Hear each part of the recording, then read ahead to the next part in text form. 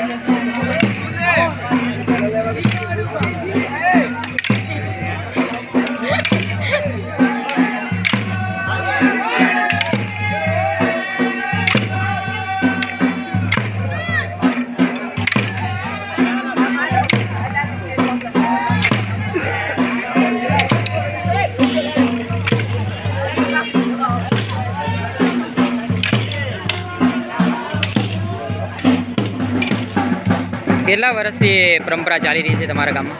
આપણા ગામમાં અમારે રાજપૂત સમાજ તરફથી અને બાપ દાદાના વર્ષો સુધી પેઢીઓથી અમારી રાજપૂત અને હિન્દુ ધર્મના લીધે પરંપરાથી અમારી જો હોળીના તહેવાર અને ધૂળેટીના તહેવાર ઘેર નિમિત્તે વર્ષોથી ઉજવી રહ્યા છીએ। ખૂબ સુખ શાંતિથી વર્ષોથી ચાલી રહી છે। બાપ દાદાની પરંપરાથી ચાલી રહી છે હજુ સુધી, એમ કે જાળવી રાખી છે, એવું છે ને? અમારા બાપ દાદા એક પેઢીઓ પેઢીઓથી ચાલી રહી છે।